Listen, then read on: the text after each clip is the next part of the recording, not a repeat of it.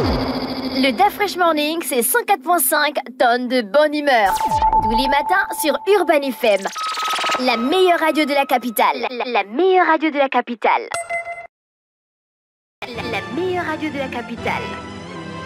Sur les 104.5 Urban FM, la station urbaine, vous écoutez le Da Fresh Morning. On est avec Mosley. Mosley, bonjour. Bonjour Da Fresh, bonjour tout le monde. J'espère que vous allez bien. Bonjour Fallon et René Ruth.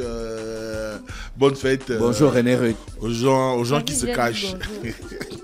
Bonne fête aux gens qui se cachent. Non, pardon, tu es là pour parler de la politique. Les cachalots. Ouais, il y a les gens qui se cachent en politique. Oh, apparemment. Apparemment. Bon. L'Union a dit du 27 février au 8 mars. Oui, c'est ce qui sort des conclusions ou des communications du Conseil des ministres qui s'est tenu hier sous la présidence du président de la transition. Évidemment, l'objectif était de pouvoir mettre en place un certain nombre de mesures qui allaient accompagner le déroulement de la présidentielle. Et on sait très bien qu'aujourd'hui, ce que beaucoup de personnes attendaient, c'est qu'on arrive à la situation où on pourrait avoir, on va dire, l'ensemble, un panorama de l'ensemble des candidats qui se présenterait à l'élection présidentielle de 2025, donc du 12 avril. Alors, c'est vrai qu'on a déjà commencé à avoir des candidatures spontanées qui sont sorties de ça et là, mais il y a encore un certain nombre de personnalités, peut-être que beaucoup de Gabonais attendent. Vous avez actuellement un certain nombre de partenaires du président Oligui Nguema qui l'appelle à se présenter à la présidentielle. Vous avez Alain Coulibaly qui lui également mène une tournée de pré-campagne actuellement à travers le pays, donc il a commencé à Makokou, dans le Wollentam. On a beaucoup d'autres personnalités, peut-être. Une campagne qui se passe un peu très mal, hein? Est-ce qu'on dira que ça se passe très mal? Dans certaines étapes, il y a eu... J'ai pas envie de croire que ça se passe très mal, mais ce que j'ai envie de lire ici, c'est que nous sommes évidemment dans une situation que beaucoup qui observent la vie politique nationale ont toujours enregistré lorsqu'il y a l'avant-veille de l'élection présidentielle où on a... Ah, c'est pas nouveau ça? Non, c'est pas nouveau. On a ces exaspérations, on va dire, ces moments de situation où on enregistre souvent l'exaspération. Donc c'est des événements connus de son expérience. Oui, c'est des événements connus de son expérience, peut-être pas dans le cadre de l'opposition, mais beaucoup plus dans le cadre quand il a été dans la majorité. On a vu comment plusieurs candidats ont souvent eu maille à partir avec certaines populations dans certaines localités, lorsqu'il s'est agi de la présidentielle de 2016, par exemple. Mais donc pourquoi les gens se chauffent sur les réseaux sociaux? C'est des habitudes. C'est le contexte. Je crois que ce qui fait jaser, c'est le contexte parce que... Non, nous avons fait ça. Bifoun s'emballe. Bifoun, mais tu es au pouvoir. J'étais à quel pouvoir? Oh, non, je te charrie un tout petit peu. Non, il dit que moi j'étais au pouvoir. Ah, mon Dieu. Non, je te charrie un tout petit peu. Je reçois.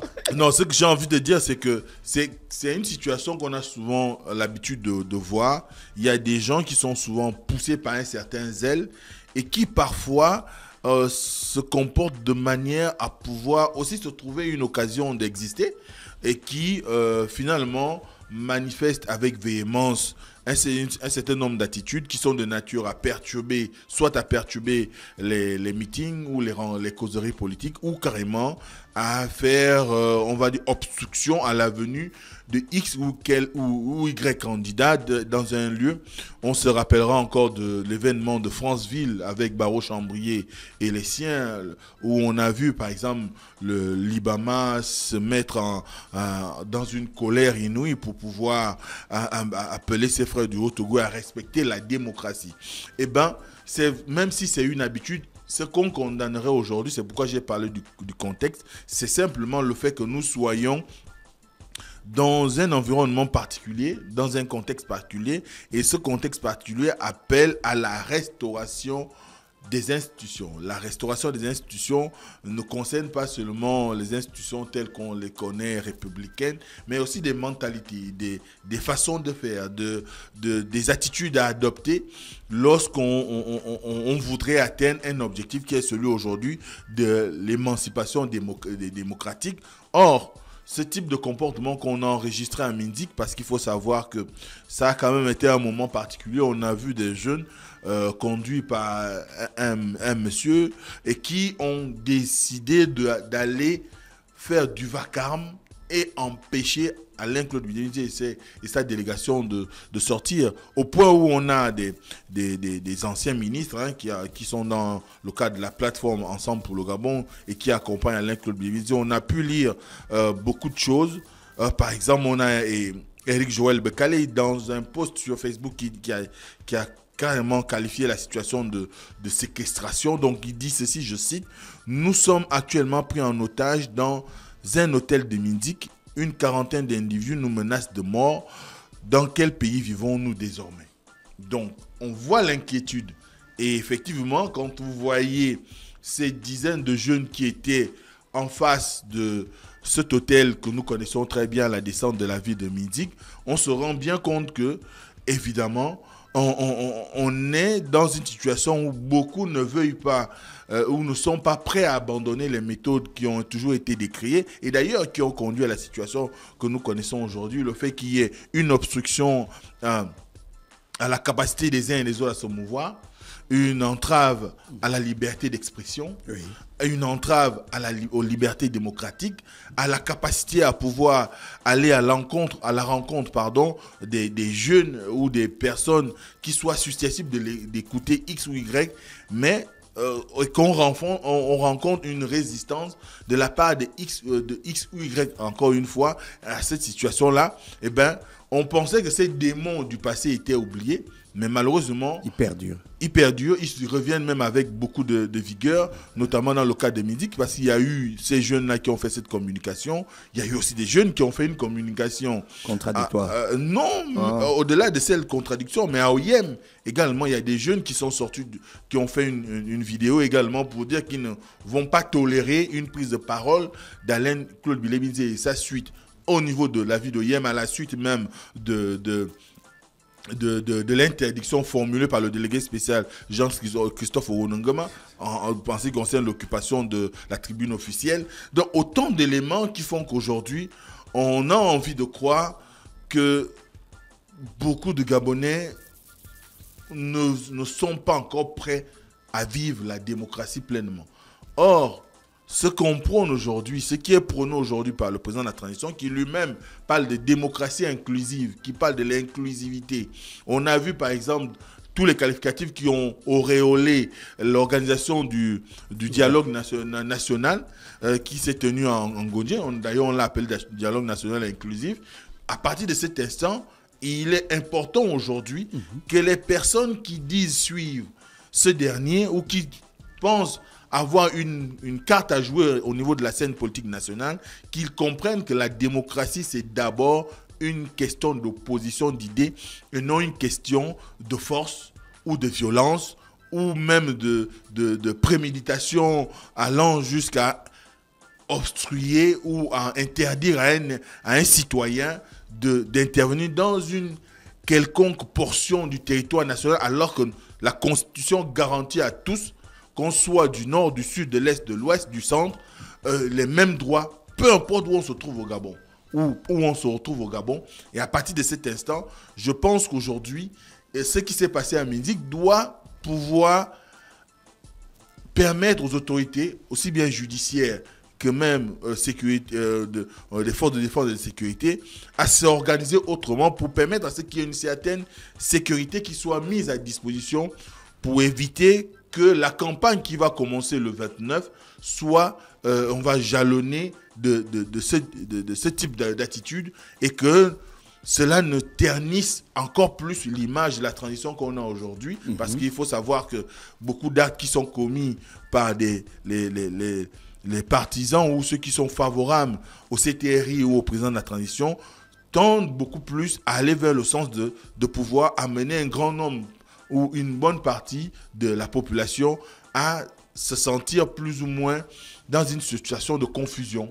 Est-ce que nous sommes là pour construire l'unité nationale, pour bâtir un Gabon où chacun, en fonction de son talent, puisse penser à un mieux-être, où nous sommes là pour que chacun, en fonction de la philosophie qui est la sienne, soit capable de la défendre, qu'il la défende dans les urnes ou qu'il la défende au milieu d'une foule, eh bien, on doit pouvoir consacrer ces libertés fondamentales. Le droit à l'expression démocratique est un droit inaliénable. Donc, à partir de cet instant, ce qui s'est passé en musique, encore une fois, est d'une gravité.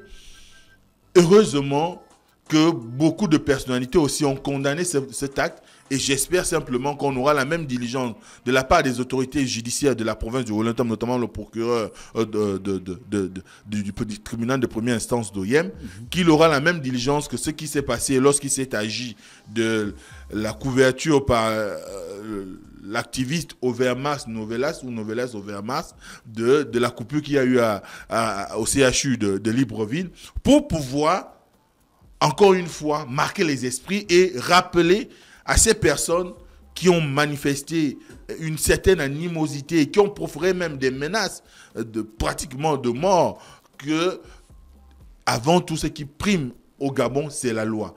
Et chacun d'entre nous a l'obligation de respecter les libertés ou les droits des autres.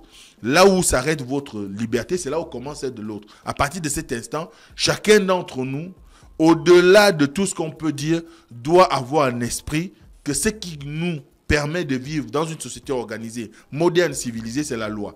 Et à partir de cet instant, l'ignorer, c'est s'exposer à des sanctions. Et on le dit souvent, dur Alex, cède Lex. Et je pense que le ministère public doit pouvoir s'auto-saisir sur cette question pour éviter qu'il n'y ait d'autres débordements. Et ce n'est pas un précédent, enfin, ce n'est pas une première depuis quelques semaines. On a aussi vu des jeunes de Franceville qui ont fait des menaces à l'endroit d'une association, Osiman, qui ne voulait pas qu'elle s'implante dans le Haut-Ogoué.